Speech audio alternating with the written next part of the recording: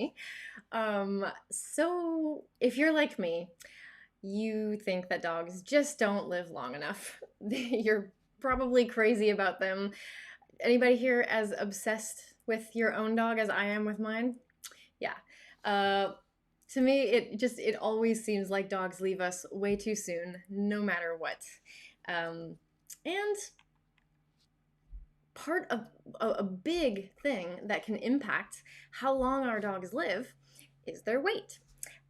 Many people don't even know that their dog is overweight or what those health impacts can be.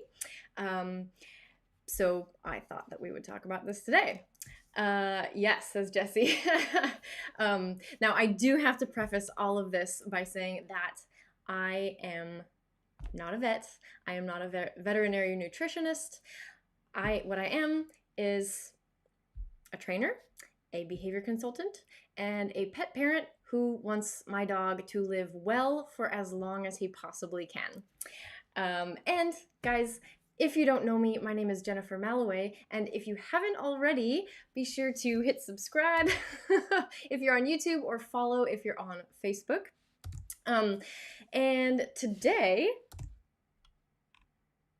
we're going to talk about some basic information about pet weight, pet obesity, and health. But of course, if you do have any specific questions or concerns about your own pets, please, please, please, please direct those questions to your veterinarian.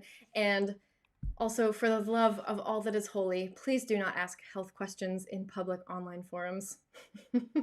I have to say that, I have to get that out there. So I actually put together a little thing for you guys today.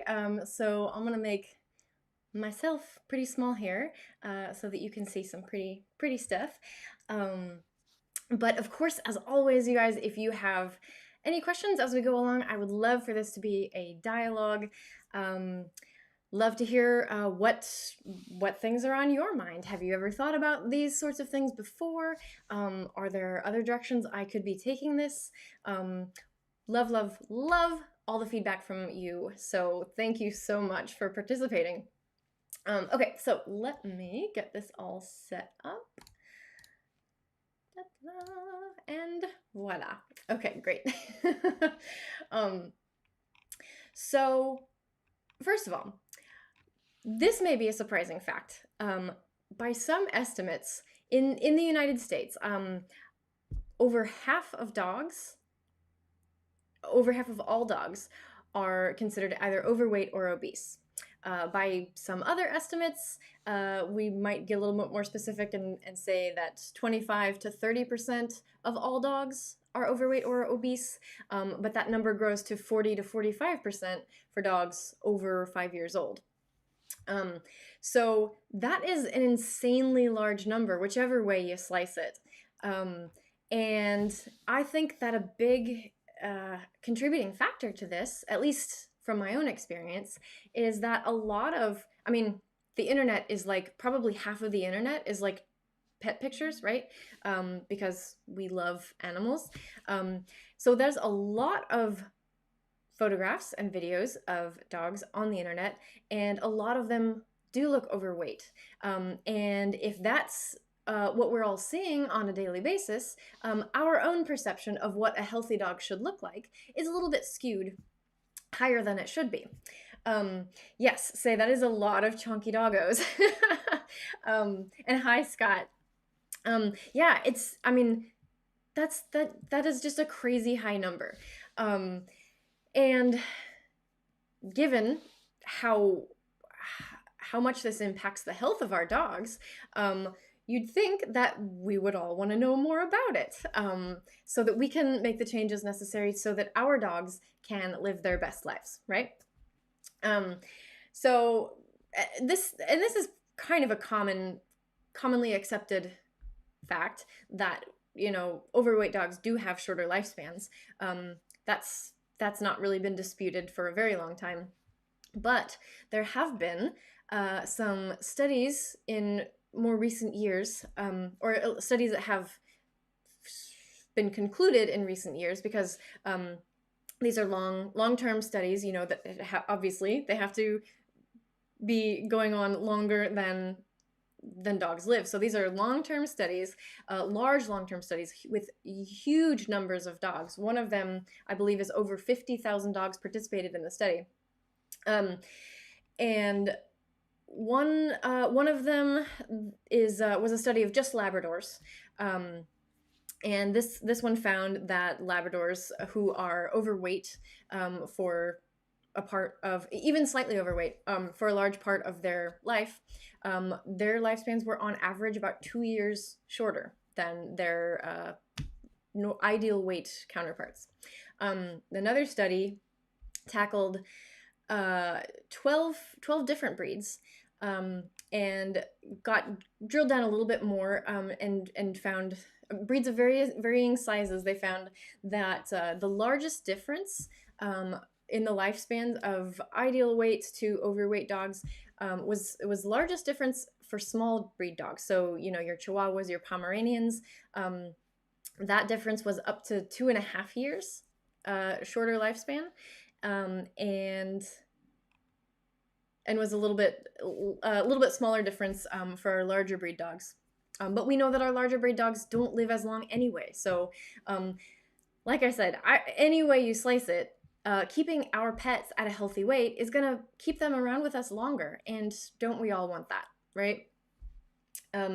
Jesse says, we work hard at keeping our 3 labs weight down, and that's awesome, Jesse. And the thing is, probably it's even harder. It's probably harder for labs, because labs seem to be programmed to just want to eat all the time. Like, I heard someone say jokingly at some point that that labs must have a gene that just never lets them feel full, never lets them feel satiated.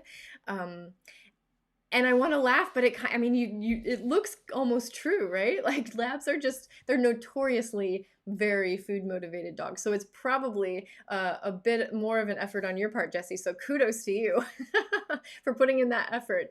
It can be hard to manage weight, even if you're already aware that it's something you want to be on top of. It can be hard because food is love in a lot of people's minds, even among humans. Like, when we gather and we want to be close to people, food is often a big part of it, right? Food is a lot of times how we express love, and because our dogs usually love food so much, we feel like we want to give them more. It's like one way that we show them love. So if they want things, sometimes it's really, really hard to deny them. I experience this all the time. But sometimes, if weight is an issue for a particular dog, it may require a bit of tough love, in those cases, which is hard on us humans. I know that. Jesse says, yes, they are eating machines. Oh my gosh. I don't know that I've ever met a lab that was not an eating machine. They were just built to eat, guys. So also, Jesse, you're switching back and forth from Facebook and YouTube. You're so funny. Okay, so yeah, and I've got just one graphic from one of the studies that I'm gonna pull it up here for you guys, just so it's on the screen, but I know that the text is small, and so it's, oh wait, there we go. I know that the text is kind of small, but if you can see it, or if you want to zoom in for your own information later, it's just really interesting. These are the 12 breeds that they covered in the study, really popular breeds. Some of them which are often more prone to obesity, because it can fall along breed lines. I know that dachshunds, cocker spaniels, are often victims. I don't know if I want to go so far as to use the word victims, but they trend to weigh a little bit more than maybe they should. But yeah, it's you can see here this crazy disparity in the lifespans. I mean, that's 2.5 years for the Pom and the Chihuahua here, um, which is just it's just kind of insane. That's a lot of time. Like if I don't know, if I knew how long Dizzy was gonna live, and I knew that I could do anything to just get 6 more months even, I would probably do anything. We love our pets so much, you guys. So the reason I wanted to make a show about this today is I was reading about one of these studies, and I was like, these are just crazy numbers. So what are some of the impacts? Because it's not just lifespan. There are other things that can make their quality of life poorer for the time that they are with us. So you can see here, obesity can be a contributing factor to cancer, tumors, heart disease, osteoarthritis, and the quicker deterioration of the affected joints. It can cause more difficulty breathing, hypertension, bladder stones, heat intolerance, which can play a role in how well they tolerate anesthesia if they ever do have to go to the vet for any kind of procedure.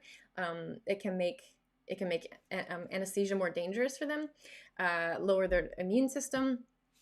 These are not small deals, if you ask me. So, and an interesting fact that I read just as I was doing my homework for you today was that I used to think that fat tissue was just kind of inactive, but I was reading that fat tissue is actually considered biologically active. It secretes inflammatory hormones, and those can contribute to diseases in the body. Fat isn't just excess storage of energy. It actually contributes to all of these things you see here, which I never knew. So yeah, major health impacts, huge effects on their lifespan. But how do we know that our pet is overweight, right? A lot of the problem and the reason why I think that number, whether it's 40-50% of dogs, whatever the accurate statistic is about how many pets in the US are considered overweight, I think that part of the reason that the answer is so high is that we're not generally like super good at determining, what our own pet's ideal weight should be. One way or a good starting place to determine what should your what should your pet's body look like is called a body conditioning score, and I've got one here. And the biggest things the biggest things to look for, no matter what chart you're able to find online, is generally that your pet's ribs should be easily palpable. You should not have to put a lot of pressure on their side to feel their rib cage. If you are looking at your pet from above, you should be able to tell, where the rib cage kind of comes in. They should have a defined waist, basically. And then if you're looking at them from the side, where their abdomen, their barrel kind of curves up to the back of their legs, there should be, they call it an abdominal tuck. So you should see an increase behind their tummy there. So those are the big ones, and these charts can be really helpful. You can see, what is too thin. When you can see all the bones, that's definitely a dog who could put on some weight. But when when you start to see here, I can zoom in a little bit here. There. You can see the lower end of that scale. Here, let me get my silly face out of the way. Yeah, so there's just some helpful images, and if you can't feel any fat, that's definitely a bad sign. But once you get down here, there it is. When you don't see that here, I need my mouse. There we go. When you don't see a defined waist, that's definitely a sign that they're already overweight. And you can see this flat line down here. This should be more of should come up to their pelvic area, like in picture number 5. There are different scales. I believe that a lot of vets use these scales. Usually it's either 1 to 5 or 1 to 9, with 3 or 5 being the ideal weight. And the reason that these scales are really helpful is because the ideal weight for any given animal is going to vary quite a bit, based on breed, based on body type, and based on the individual. You can often, if you've got a purebred dog, you can often find like ranges of ideal weights, but they vary quite a bit, and it doesn't give you really that, like, I don't know, like if you said, my lab is supposed to weigh. Actually, Jesse, do you know what your labs are supposed to weigh? Like, when you got them, did they give you like a range? Or anybody else, do you have what? Tell me your breed of dog, if you know, and if you've gone on like based on a range of weights as your ideal. Let's see. Scott says, I just got one of my dogs groomed. I was scared that he was going to be overweight under all that fur, but he looks to fall in the ideal range. Okay, that's good. Yeah, and that's the other thing that can kind of make this difficult for us to tell, is that dogs who are especially fluffy, or have long fur, curly fur, or like poms who are just like big puff balls, sometimes it can be hard to tell what's actually going on under all that fluff, and it you don't have to get your dog shaved to find out. You can talk to your vet, find out what your individual dog should weigh, and then just go based off of the weight rather than the visual, if your dog happens to be the type that it's really hard to tell visually. But your dog is an individual, so the best place to start is talk to your vet. Jesse says the weight range from the vet. So good. That's the best place. And then check regularly, right? Because dogs, their weight can fluctuate just like ours can, and also just like us. Weight fluctuations that are too great is not good for their health either. So yeah, what I would do in the before times is, we'd be driving around. If I was anywhere near the vet, we would just stop in, and if they had time, ask them if we could do a quick weight check on the scale in the lobby. And this was a great thing to do. Just have the staff give the dogs some treats. They didn't have to have an appointment. It was a great way to just make some really positive associations with the veterinary office. We talk about helping our dogs feel good about places like the vet and the groomer. So it was a great way to kind of kill two birds with one stone, to use a terrible metaphor. But yeah, you just keep an eye on their weight and make a positive trip out of the vet. So this was a good place to start. But another thing to think about is like how much a like what difference does a pound make to your dog? Because 1 pound doesn't sound like a lot to us humans, but we humans generally, I mean, depending on the type of dog, we might weigh double or way more than our dogs. So 1 pound is going to be quite a bit different to us than to dogs. Wrong way, Jennifer. There we go. So if you compare,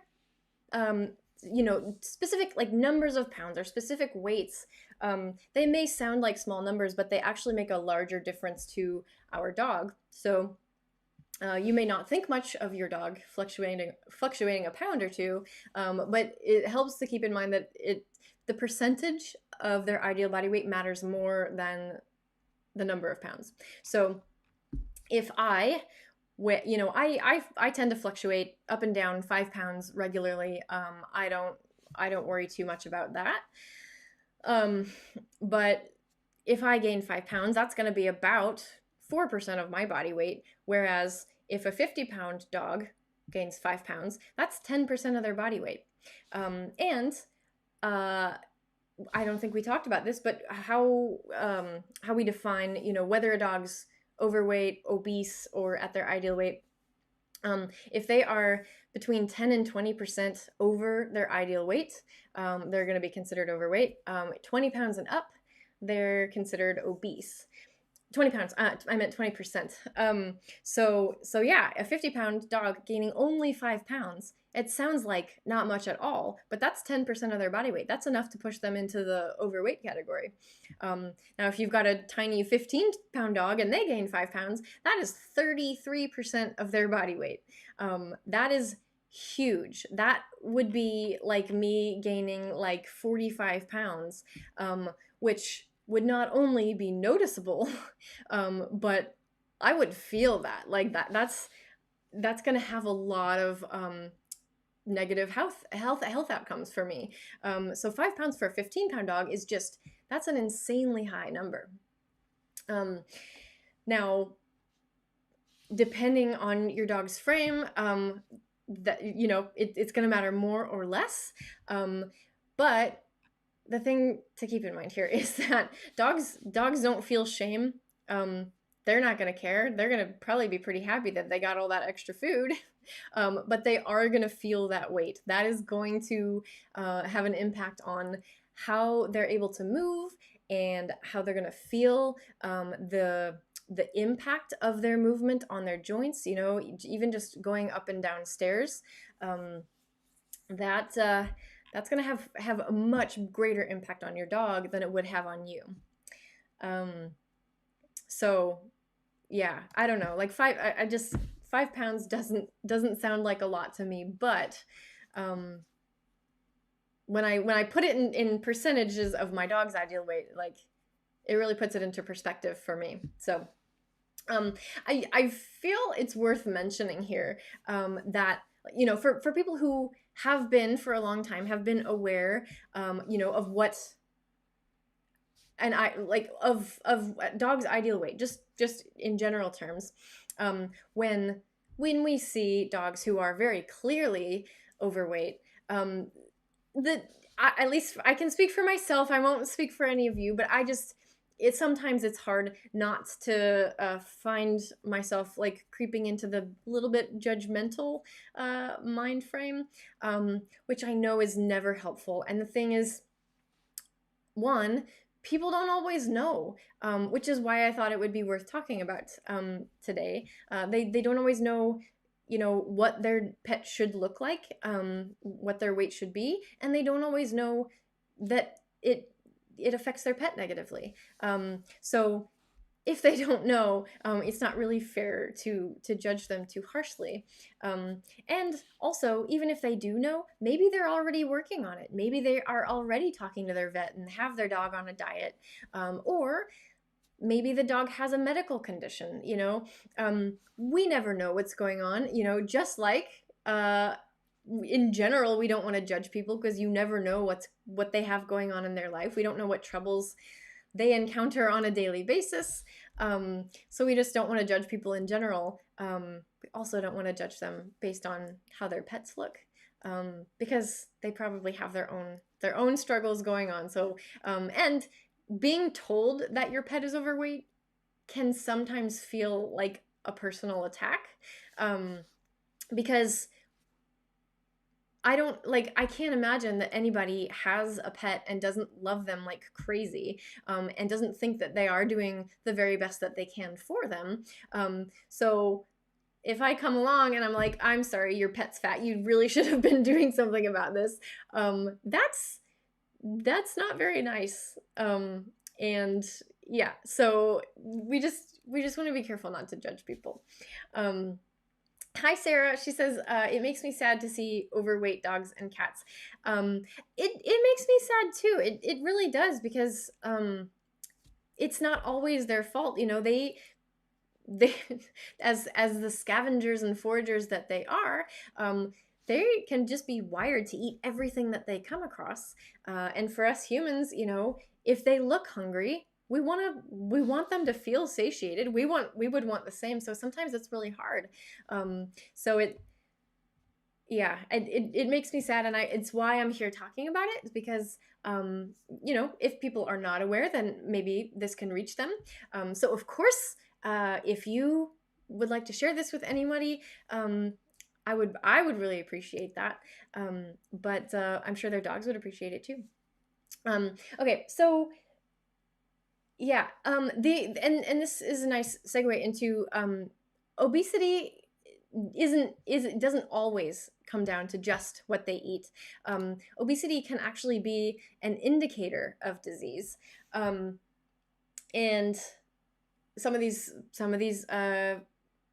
diseases are hypothyroidism, an underactive thyroid, Cushing's disease, which is a, I believe, overactive adrenals. You know, sometimes if you feel like you are feeding your pet what the appropriate amount, they're getting the appropriate amount of exercise, but they're still overweight, they're having too much weight on their body, could just be an indication that something else is going on. So it could be just a good time to have a check with your vet anyway. You know, maybe you feel like you're doing everything you possibly can, but your pet is not able to lose weight. Other things could probably be done to help your pet live their healthiest life. And maybe their body condition score could help lead us to those solutions. So yeah, there's other things to consider there. Let's see. You know, and yeah, those types of diseases can be it's just one more reason not to judge people we don't know, because yeah, we just never know. Without talking to people in a compassionate and non-judgmental way, how are we to know? So we can't help if we're coming at it from that angle. So yeah, if just adjusting your dog's caloric intake or their exercise does not help, be sure to check with your vet. You know, vets are wonderful, loving, caring people, who also want the best for your dog. So, and they have the expertise to help there. Now, how barring any physical disease that might be causing weight gain, how we address this in pets is the same way we should address it in humans. So it all comes back to exercise and diet, right? As much as we would love to have our own, you know, magic bullet, our magic pill to cut out the work that we have to do to be at our own ideal weight, it's the same for our pets. They, you know, if they either probably need more movement or less food. It's as simple as that.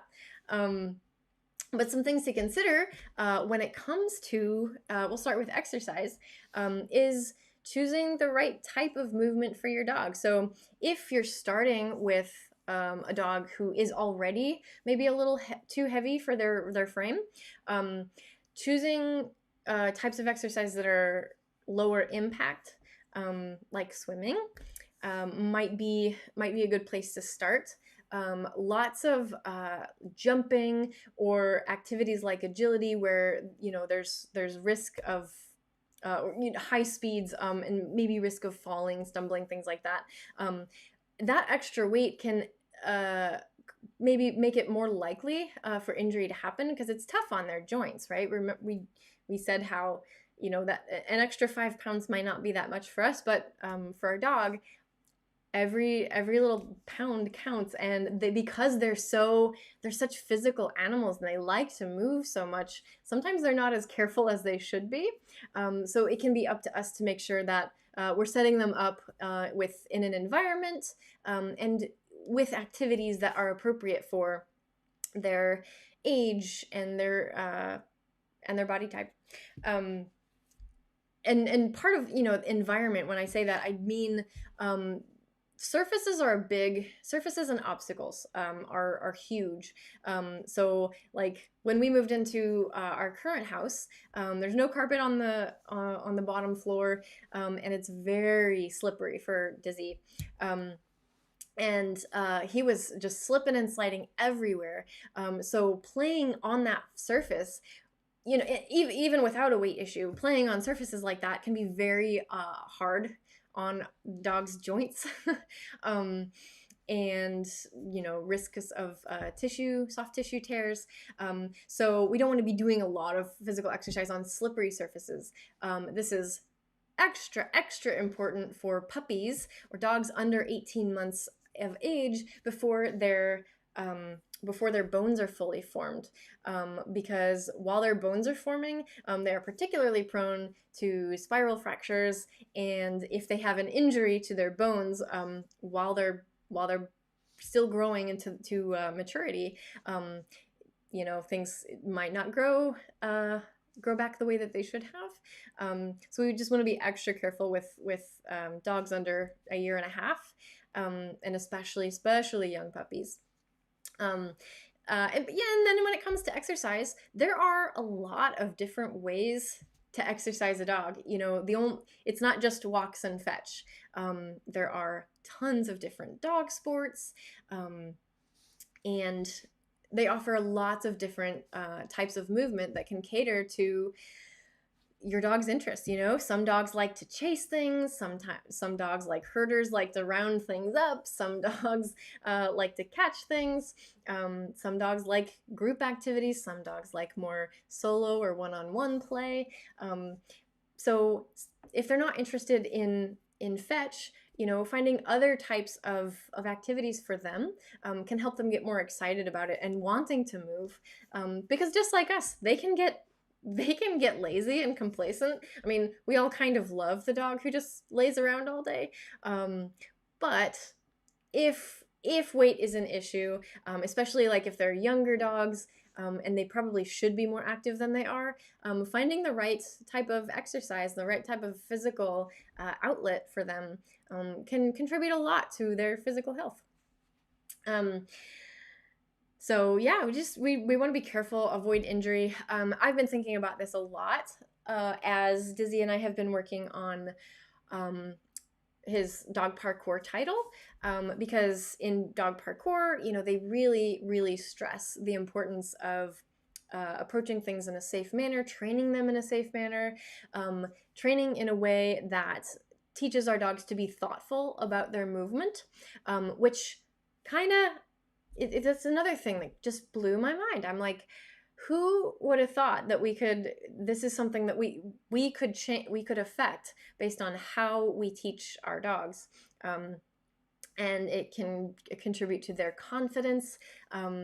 And yeah, it's in parkour, there's a lot of focus on balancing confidence with thoughtfulness when it comes to their movement. So it's been fun for us to talk about or to work through, how to make our movements safer for Dizzy, so that he can continue to participate in sports like this for the long term. He's a young dog, and if we go all out now without any concern for taking care of his body, his joints, then he may have to retire early, which would be no fun for either of us. So, yeah, just considering the effects also of the way that our dogs move, that can contribute to their long-term welfare as well. Does anybody here, anybody have their dog participate in any kind of sports? We did a show before on a few different types of dog sports available, but there's way more than I could ever be aware of. So I like to hear, what other people have tried or might be interested in trying at some point.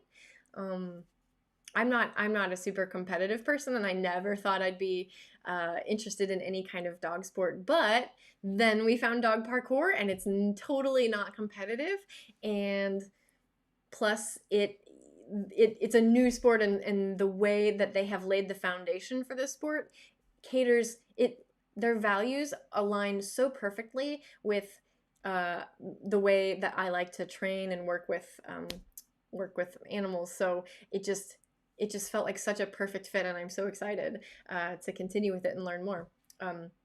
But yeah, just interesting stuff. So that's exercise. Now, and I I do want to stress here, I'm not a vet. I am not a vet nutritionist. I am not any physical therapist, anything like that. But this stuff matters to me personally, because I want my dog to live forever. And because diet affects behavior, and behavior is my realm. So there's some overlap there, but of course, again, I just want to repeat, any questions about health and diet should be directed to either your vet or a veterinary nutritionist. But the basics we can talk about, and that's, just like us, what you feed matters, and how much we feed matters. And it doesn't just affect their long-term health and their lifespan, but it also influences behavior in two ways. It can influence their behavior directly, and this is an area that could afford a lot more research. It's so interesting. But also, if because of their diet they develop medical issues, that can lead to pain and discomfort, which also contributes to behavior issues. A lot of times when our dogs start acting differently or in ways that we don't like, the first reaction is to come at it, and address it from a behavioral standpoint. We want to talk to a trainer. However, if it's a serious issue, and especially if it's a sudden drastic change in an adult dog, meaning over 3 years old, a good trainer will always refer you back to your vet first. It's always good to check underlying health conditions before you tackle behavior, because that's how closely medical issues, including diet, can affect behavior. So yeah, and how much you feed, of course, depends on the food, the choice of food that you've made for your dogs, and your individual dog, their size, their breed, their age, their activity level. And if we were to just go off of the recommendations on the bag, you probably have noticed that that's a pretty wide range. They obviously can't go into great detail saying, okay, your dog weighs 23 pounds, you're going to give this exact, no. So that's another good reason to just have the conversation, next time, or if you just got a dog, maybe when you go to the vet, have a discussion with them about what they're eating, and then how much they might need to be eating based on that. And this is where my interest really lies, is that from a training perspective, the main motivator that we have at our disposal, the most convenient thing that we have to use to train dogs is food. And when you have a lot to train, a lot of different things that you want your dog to learn, especially with puppies and adolescent dogs, or just a new adult dog who's coming to your home, there's probably a lot on your list of things that you'd like them to learn. You know, there's manners and there's different like obedience cues that maybe you want them to know. Maybe you're addressing things like leash reactivity, or we're working on getting them to enjoy grooming procedures, trying to change their opinions about things. There are so many areas where we can employ food to affect behavior change. And if we're going to be feeding the dog anyway, we might as well be using those calories to our advantage, to our mutual advantage, right? Frankly, there are so many things, like for any individual dog, there are so many things that I would like them to learn that there aren't enough. I could not give them enough calories in the day to cover everything, right? They would either get full or get fat. And so what that means is if I were to just feed the dog his meals and then pull out the treats for training, that dog would be getting way too many calories. So I want to be able to use their entire diet for training. And that means a couple things: that I need to choose a food that is high enough value to the dog, that they will work for it. But that also I'm choosing a healthy, high quality food that if they get a lot of, it's going to be good for them, right? We want their regular diet, their normal food, to be both balanced and high value. And I do mean high value according to your dog. There are so many different types of meat, different brands and different types of dog foods available now, and there's more every day, it seems like, that, you know, there's something out there for every dog. I've seen in a lot of online forums, you know, people talking about their dog who just doesn't eat. And while refusing food can be a sign of other underlying health issues, and again, talk to your vet, sometimes the simple solution is just that we're not feeding something that the dog likes. It's laughable how many times I've been face to face with someone out with their dog, and they tell me that their dog's just not food motivated. They just don't like anything. And whatever I happen to have on me, the dog goes crazy for, and they ask, what are you using? It's as if what I'm using has some magical properties. But usually it's just they didn't explore more options that the dog might like. Now, I will say this: higher quality and higher value foods do tend to get a little bit more expensive. But that's just another reason, if you ask me, it's just another reason to get the food. You know, forget dog treats, just buy food that the dog loves. That way you get more out of it. You get the behavior and you get your dog fed. I think you can actually save money that way, because treats are expensive. Like I've seen, I mean, if you look at the actual like price per ounce of dog treats, which can come in these tiny little bags, they can be anywhere from $1 to $3 to more per ounce of dog food. And if, like I said, if I'm using food all day, every day to train a dog, that is going to rack up so fast. It's unbelievable. Like, I can't afford that.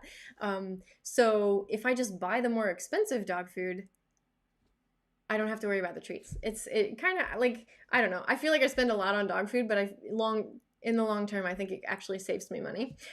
Actually, it can also save you money on health bills later on, potentially, you know? Just again, the health issues that dogs can face due to their diet are often the same that we can, you know? If we're constantly filling our bodies with crappy food, we can't really be surprised when we run into health problems later, because they don't always happen immediately, right? Same for our dogs. If we're feeding them crap for years, you may end up with higher vet bills later in life. So could be one way to save in that realm later on down the road. So yeah, the other thing is interestingly, just based on the type of protein and the actual makeup of the dog's meal, like a cup is not a cup is not a cup. So like I've gotten Dizzy quite a variety of different types of food, different brands, and how many cups he gets can vary wildly. So if say you've been feeding your dog one thing and they're supposed to get, just as an example, 2 cups a day, and you switch them to something else, what they should get could be half that or could be double that. Like that's the range that it could actually be. So it's always good to check anytime you're adjusting their diet at all, how many calories and how well absorbed is this food for dogs. When I was feeding Dizzy raw diet for a while, and when he was getting like literally just fresh raw ground meat, bones, and organs, the amount that he was supposed to get per day was much less than if he were being fed a kibble or another type of food, because it's so much more dense and it's so much more easily absorbed by their bodies. Whereas we had him on a freeze-dried, raw but freeze-dried diet for a while, and because there's so much more air in that food, he was supposed to eat 4 times as much as he had on the raw diet. So it's not when I have been at the vet and they ask like, well, how much does he get fed? Like, it's really hard to say, well, he gets 2 cups, because 2 cups of what? It matters.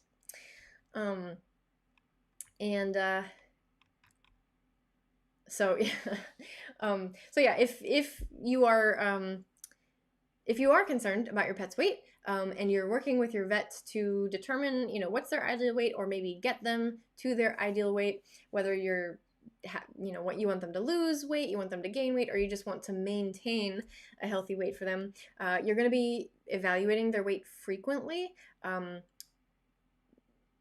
probably somewhere every 2 to 4 weeks is a good time span of when you should be just checking, because again, if they're fluctuating, if they're yo-yoing in their weight more than a few pounds on a frequent basis, that's not healthy for them either. And it's another reason that I always recommend, talking to your vet, if your dog does need to lose weight, it's a good idea to have a discussion with them about how best to go about it, because losing weight too fast, really, really hard on their bodies too. So yeah.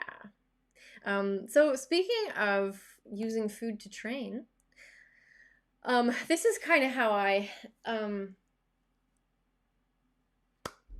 what I do with Dizzy, is, it comes down to choosing a healthy diet for your animal. And there are so many different ways to feed now, you guys. It's like you've got your freeze-dried, you've got your raw, you've got your kibble, you've got your fresh food, you've got your homemade prepared food, like, and then the variety and like different brands and flavors that you can encounter. So it's just almost overwhelming. So if you have questions, if you want to change something, always a good idea to talk to your pet health professionals, your vets, your nutritionists, and with them also determine, the correct number of daily calories they should be getting. And then each day, I suggest, just measuring out what their ration for that day should be. Use throughout the day, or if you want them to eat at certain meals, use that diet for training, trade it for the behavior that you like, and then if there's anything left over at the end of the day, go ahead and give it to them in a food puzzle. Um, you guys know how much I love my food puzzles. So it's a good way to just get bang for buck for the calories that you're giving your dog anyway. Sometimes I've encountered people who think that it's mean or cruel to expect a dog to perform in exchange for their food. But in all honesty, like, it's all the same for the dog. As long as we're making the training fun and easy enough for them to succeed. We've talked about contra freeloading before. They actually prefer to be able to work for their food. There's some philosophy out there called nothing in life is free, which there's a lot of debate about, because it is essentially this. It is essentially, if you're going to give your dog something, you ask them for behavior, but whether or not it's bad or cruel really comes down to how you go about it, right? Like, if it's totally arbitrary, and you're asking behaviors of your dog that maybe they're not well prepared for, or it becomes frustrating for them, then that's not really fair. And you should call a trainer like me. But if, like I said, if you're making it fun, and it's at an appropriate level of challenge, that it can actually be really enjoyable for your dog to work for their food this way. Dizzy, his eyes light up when he knows, like, oh, this is a training setup. Great.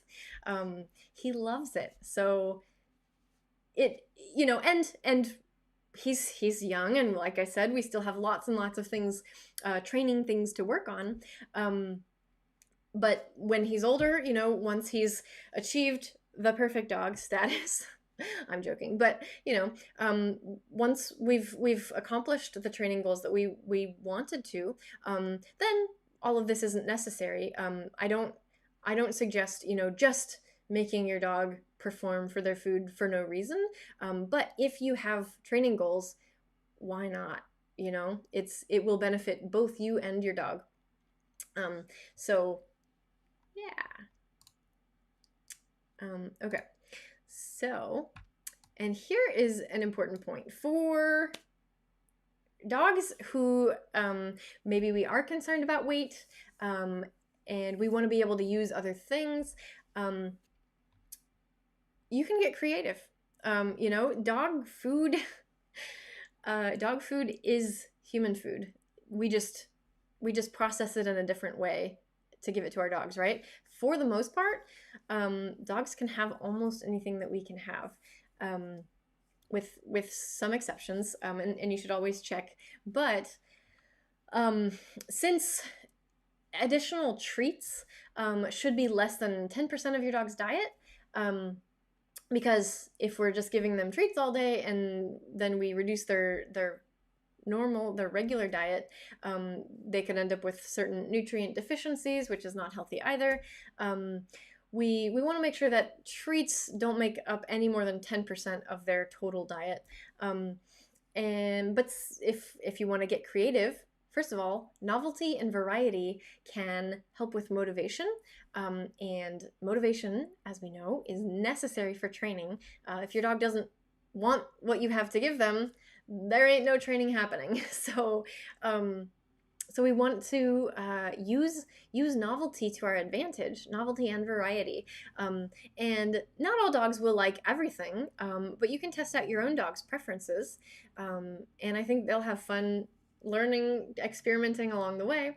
But I've listed some of Dizzy's favorites here. Some ones that I found that dogs commonly like are cooked green beans, sweet potato chips. We like to make those in our dehydrator. Blueberries. Dizzy loves blueberries, and I think it's so weird because I find them so bitter sometimes. But anyway, dogs can have blueberries. Carrots are really nice and good for their teeth. And some air popped popcorn. Popcorn can be really fun. We always used to like to use popcorn to teach dogs to catch, because it's so light and airy. And a lot of dogs will like it. So you can get creative. Don't feel like you're restricted to what you can buy at the pet store or the pet food supply store. you know, your grocery store is a perfectly fine place to find good, high value treats that your dog will enjoy.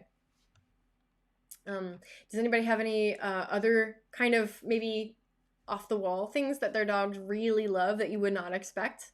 I'm always looking for new things that I can introduce to Dizzy's diet, because I want him to have, you know, variety. Like, and this is just like maybe I'm being too anthropomorphic, but I just think like if I were eating the same thing every day for my whole life, like I would get really bored. So I like to give as much variety as is healthy for my dog. So yeah, if you can think of any ones that I don't have listed here that we might be able to try, I'd love to check it out, because Dizzy will eat almost anything. He would eat citrus fruits if I wanted to give it to him. Let's see. Oh, apples. He loves apples. Apples are another good one. A lot of dogs like apples, watermelon. They like those things just like we do. So yeah, don't be afraid to explore fruits and veggies. Or for the high value stuff, go for the meat section of your grocery store. Get stuff on manager specials. It's actually usually higher value and less expensive than store-bought dog treats. Little known cheat there. So check it out. Let's see. And then also another thing that is similar, you know, between us and dogs, is that they can also have food allergies or food sensitivities. And some of the most common ones are chicken and beef, because they are the most common proteins that we feed to dogs. They are the cheapest. A lot of times they are of poor quality in dog food, because just the way that the industry is, we tend to use the best parts for us humans, and anything left over gets dumped into dog food. And that might be the way things used to be, or, you know, for animals that lived on a farm. But if we want our dogs to live forever, which I do, these are other things to consider. What might be affecting their bodies in ways that we don't expect. So another thing I learned as I was looking up stuff for this, you guys, is about food storage mites. Who knew? Apparently, pretty much any kibble you buy will have food storage mites, and some dogs can have sensitivities to food storage mites. So some things that you can do, you know, even if you feed kibble, is just not to stockpile food. If you buy a lot of food at once and it doesn't get used up very quickly, food storage mites can grow and spread. So they suggest buying enough food for a month, no more. Being aware of how we store that food, making sure that it's kept, you know, in a cool, dry place, airtight containers. And something that I personally have seen a lot of, so I think it's worth mentioning, is making sure that we wash our food storage containers frequently. You know, when you empty it, wash it out, hot water, soap, because if we don't, you know, just like with our own food, that creates an opportunity for mold, mites, things like that to spread, and all of that affects their health just as it would ours. And for that matter, wash your food and water bowls frequently. You may notice, if you like to go several days between washing those bowls, that you'll get that biofilm that's like slimy around the edges of the bowl, which just comes from their saliva, but it does collect, and so it's a good idea to, like, again, with hot water and soap, make sure that we're cleaning their food and water bowls frequently, because it's just more opportunity for stuff to get into their bodies that we don't want there. And so if you're not if you're not familiar, or haven't done a ton of research on your own about this already, allergies can be a big cause of loose stools, itchiness, blotches on their skin, and it often gets left unaddressed for longer than it might, if we address their diet. So a lot of times, we want, we want there to be a medication, or they must have, but a lot of times, making changes to their diet, with the help of your vet or veterinary nutritionist, again, can really help them stop suffering sooner. And the effects of just being exposed to these allergens, for a larger part of their life, can add up to its, cumulative health effects. And finally, there are, mostly we've been talking about, just weight and diet, and how we can just be more aware, or possibly even make changes to help our dogs live their best and longest lives possible. But there are some other really important things that affect our dog's longevity, that maybe don't get talked about enough. So one of those things is dental health. Just like us, dogs can also build up plaque, they can have gum disease, dental disease, and also, just like us, dental disease has a huge impact on overall health. The mouth is directly connected to the gut, and the gut affects brain health, behavior, everything in your body, really.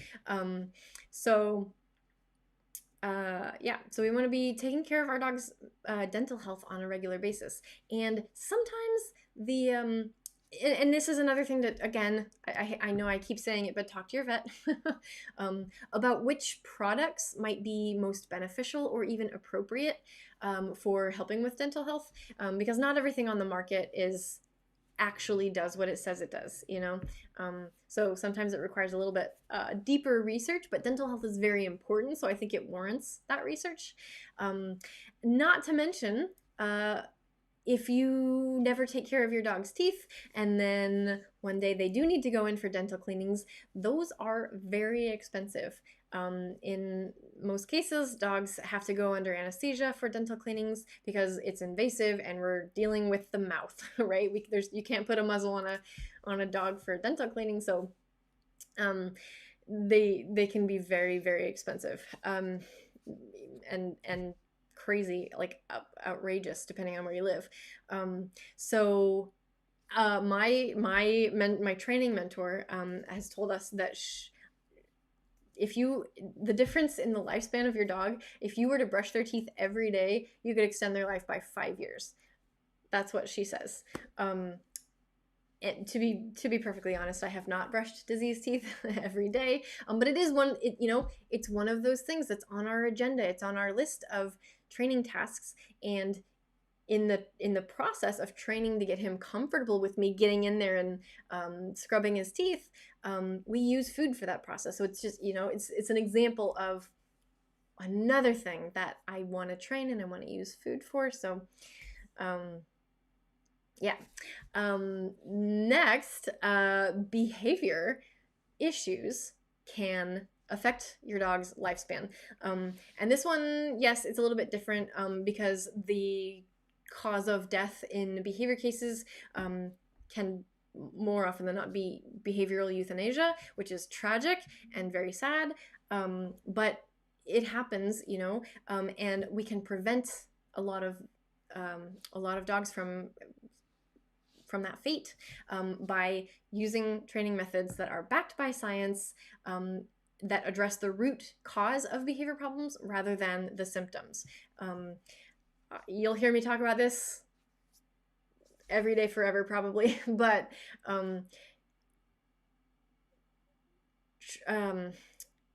punishing your dog for things like growling or barking, or even being aggressive, can hugely backfire and cause a lot of behavior issues.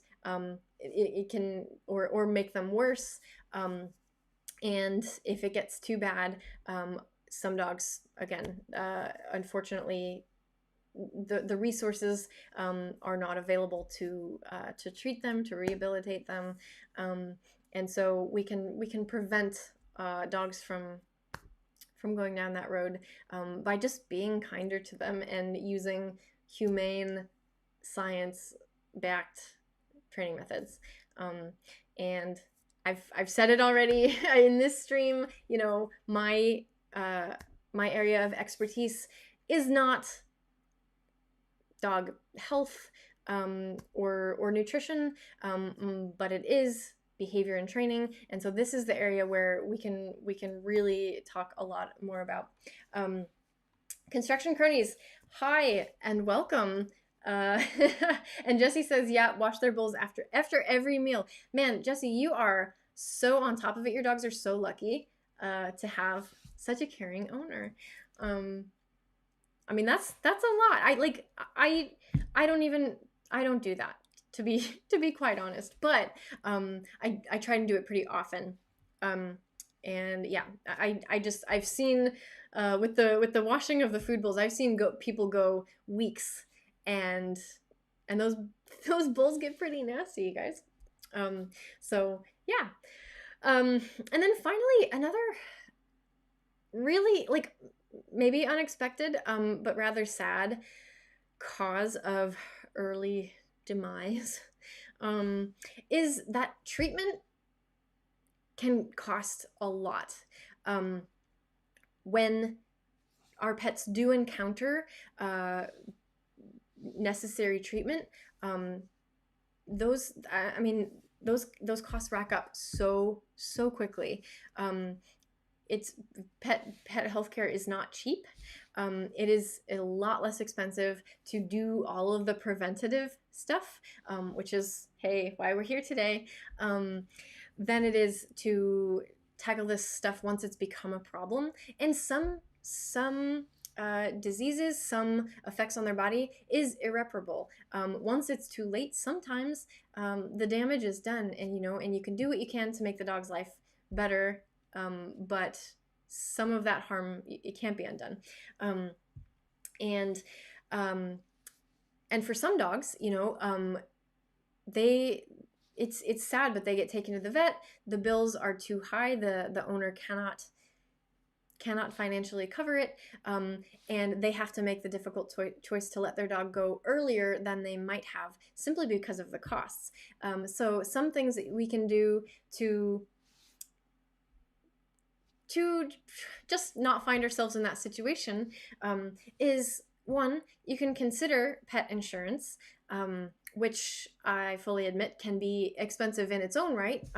But so if you can't or don't want to go that route, another thing that you can do is create your own pet health savings account, which is literally just open a savings account that is for your pet's health, and like any other savings account, just put regular contributions into it. Even if they're small, it's something saved up so that you can one day have that if your pet needs it, so that you never have to make that really, really tough decision. Because I just can't imagine having to make that call. But it could happen. It could happen to any of us. So, Jesse, pet insurance is a lifesaver. Do you have it? And have you had to use it? I'm really curious to hear what which companies people go with, because yeah, not all insurance is created equal. Also, maybe we should do a show on pet insurance. That would be an interesting one. Maybe one to have on a guest too. We'll see. Construction Crony says, I can't wait to own a dog again. My wife and I are waiting for the kids to be a little older.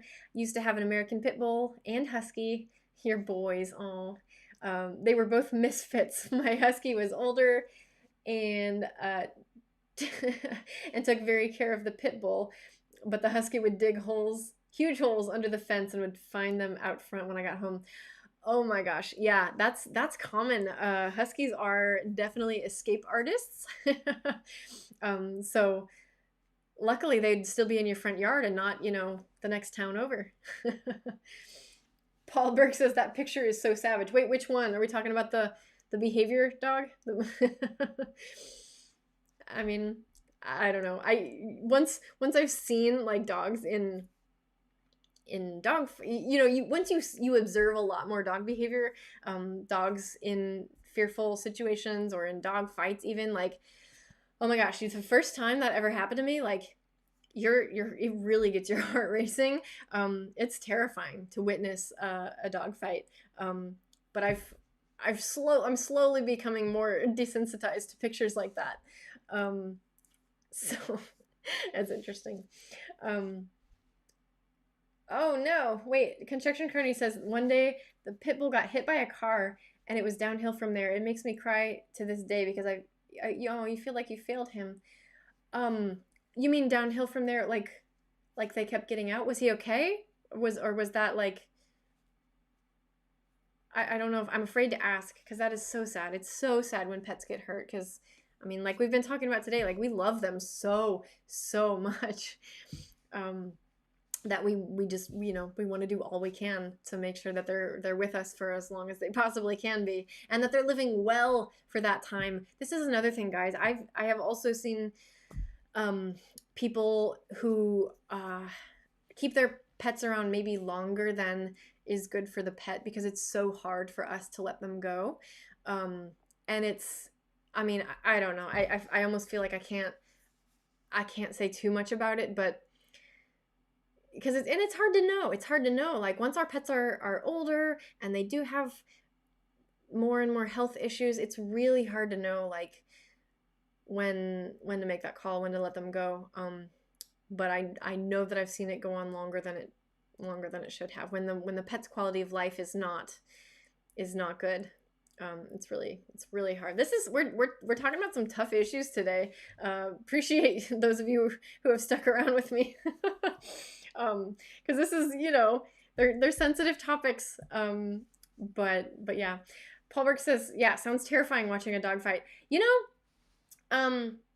Dizzy got into a fight just this week. And yeah, I mean, I don't know, it's still terrifying every time. But especially when it's your baby, say, yeah, it's tough talk. It is.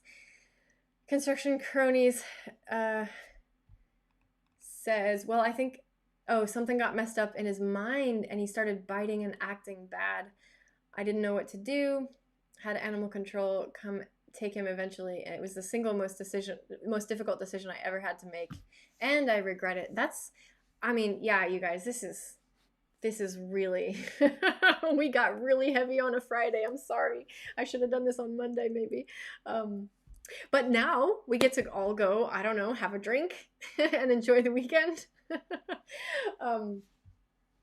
Paul Burke, you're hilarious. I think I'll go watch Jennifer's Live. That'll be light and playful.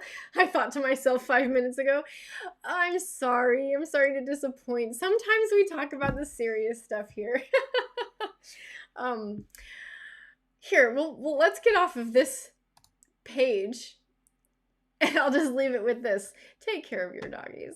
We'll just take care of your doggies. Yeah, it's a lot. Yeah, Jesse, you're absolutely right. It's very hard to know when it's right for a dog to pass on. It's very hard to know sometimes how to deal with behavioral issues, which is why I just can't stress enough, you guys, just hire trainers that don't use punitive methods. Yeah, Paul, wait, you don't mind at all the tough talk? Good, I'm glad.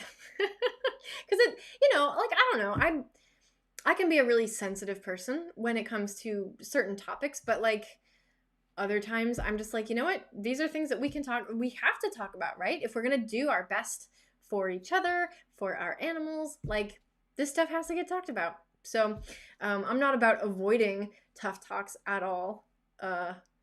It's just that sometimes I cry at the drop of a hat, and so if you haven't seen that yet, stick around and you will at some point. I cry at everything.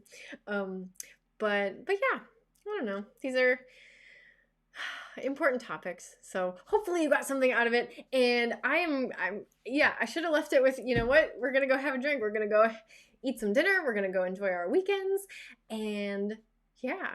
But again, I really, really appreciate those of you who have hung out with me tonight, contributed to this conversation, tolerated the difficult, sensitive topics. And yeah, thanks, Paul. Real conversations are more interesting. I agree. So drinking with your dog Fridays, that should be, yes. Ooh, oh, that's a really good idea. Paul, you're always good for ideas, fun ideas. So Construction Kearney says, yes, you have to take care of them and love them. Just like children, really. I'm a father to 4 beautiful human kids, so I have learned a lot more about taking care of another life. Yes, you probably know way more than I do, Construction Cronies. But there's like, there are people out there like we often refer to dogs or cats as like fur kids. We call ourselves pet parents, dog parents, whatever. And do you know that there are people, like usually parents of human kids, who get upset about that because they feel that it's not equivalent. It's not, I would never say that like what I do to take care of my pet is the same or even as much as taking care of a human life. But there are a lot of parallels, so I think it's perfectly reasonable to use those terms. But anyway,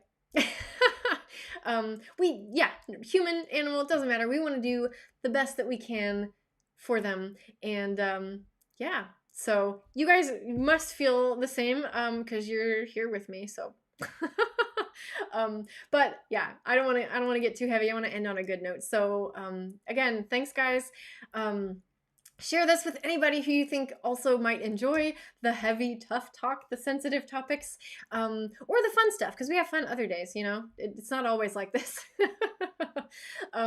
So yeah, share it. And if you're not already, of course, don't forget to subscribe if you're on YouTube, or like or follow if you are on Facebook.